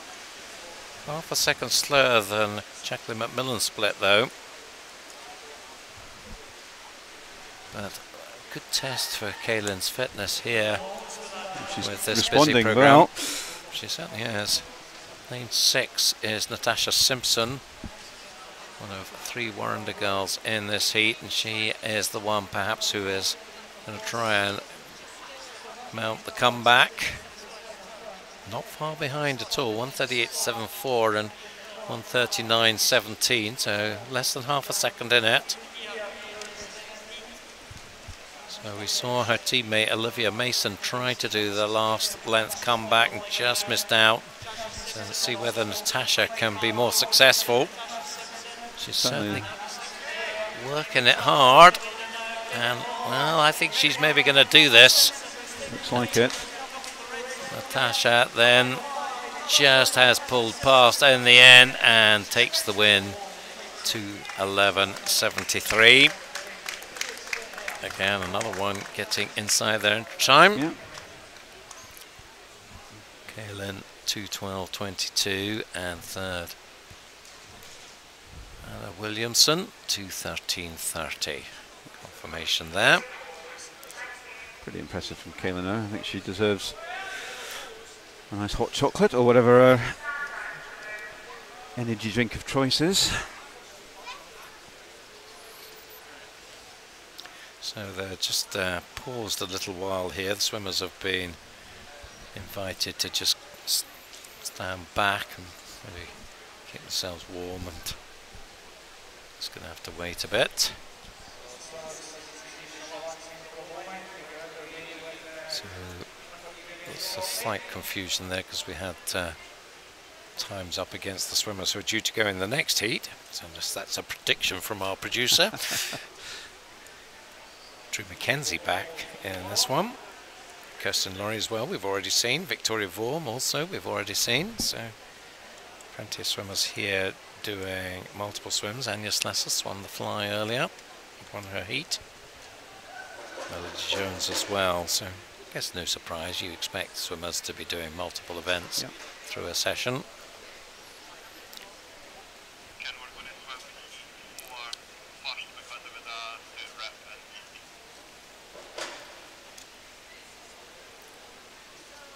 So a nice shot there of the Aberdeen swimmer Anya Slessor going through her routine. And well, in fact, I think, are we moving to lane? We're moving to lane 4. I think we've had a costume malfunction. I think that's the technical term for it. From a swimmer in heat 3, so she gets the chance to go and change her costume and come back and have another go, hopefully with a more robust costume. That's bad news for the parents. A few £100. Oh, the joys of being a swimming parent. So this is heat 4, and we'll come back to heat 3. Faye Rogers in 1, Oda Borgström in 2, Chantal Smith in 3, Sophie Lewis-Ward in 4, Emily Horn in 5, Katarina Price in 6, Mari Swanson in 7, Erin Donnelly in lane 8. Emily Horn, experienced from a very strong sprinter, but also fairly regularly does this event. And she leads them through the 50. 29.44. So that is faster than we've seen.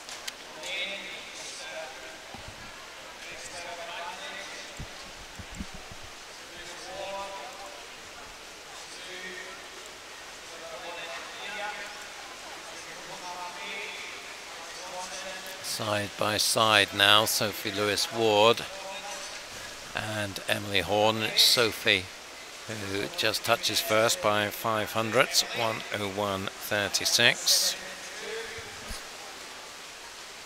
Setting off down the third 50. And you see these two have quite an advantage over Mari Swanson in lane 7.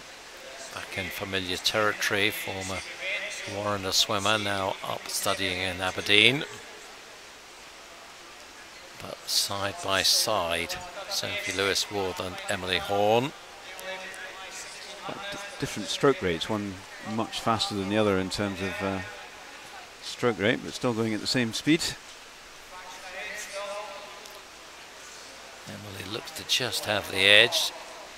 This is maybe where her sprint abilities will come to play, if she's got it still in the tank, and she's just eased herself to a lead of about half a metre. Sophie trying to close that back down again, but it is Emily who takes the touch. 2:06.18. So very close to her entry time of 2:06 dead. Nice swim from Emily. Second place, Sophie Lewis-Ward, and third, Mari Swanson. Well, it was worth getting changed. Hopefully it's a costume in the goodie bag. Well, maybe. So we finish off with the final spot prize heat. This one's had to wait for a while. I'm guessing it was lane 4 because she's not wearing a performance costume now, Kirsten Laurie. So that's probably her warm-up costume that she's having to wear. Drew Mackenzie goes in 1 for West Lothian. Kate Goodburn for Warrender in 2. Alicia Bain of Aberdeen Performance in 3. Then it's Kirsten Laurie for Edinburgh University. Victoria Vorm of Hovid Statons. Natalie Jones of Warrender. Anya Slessor of Aberdeen Performance, and Melody Jones from the Borough of Stockton.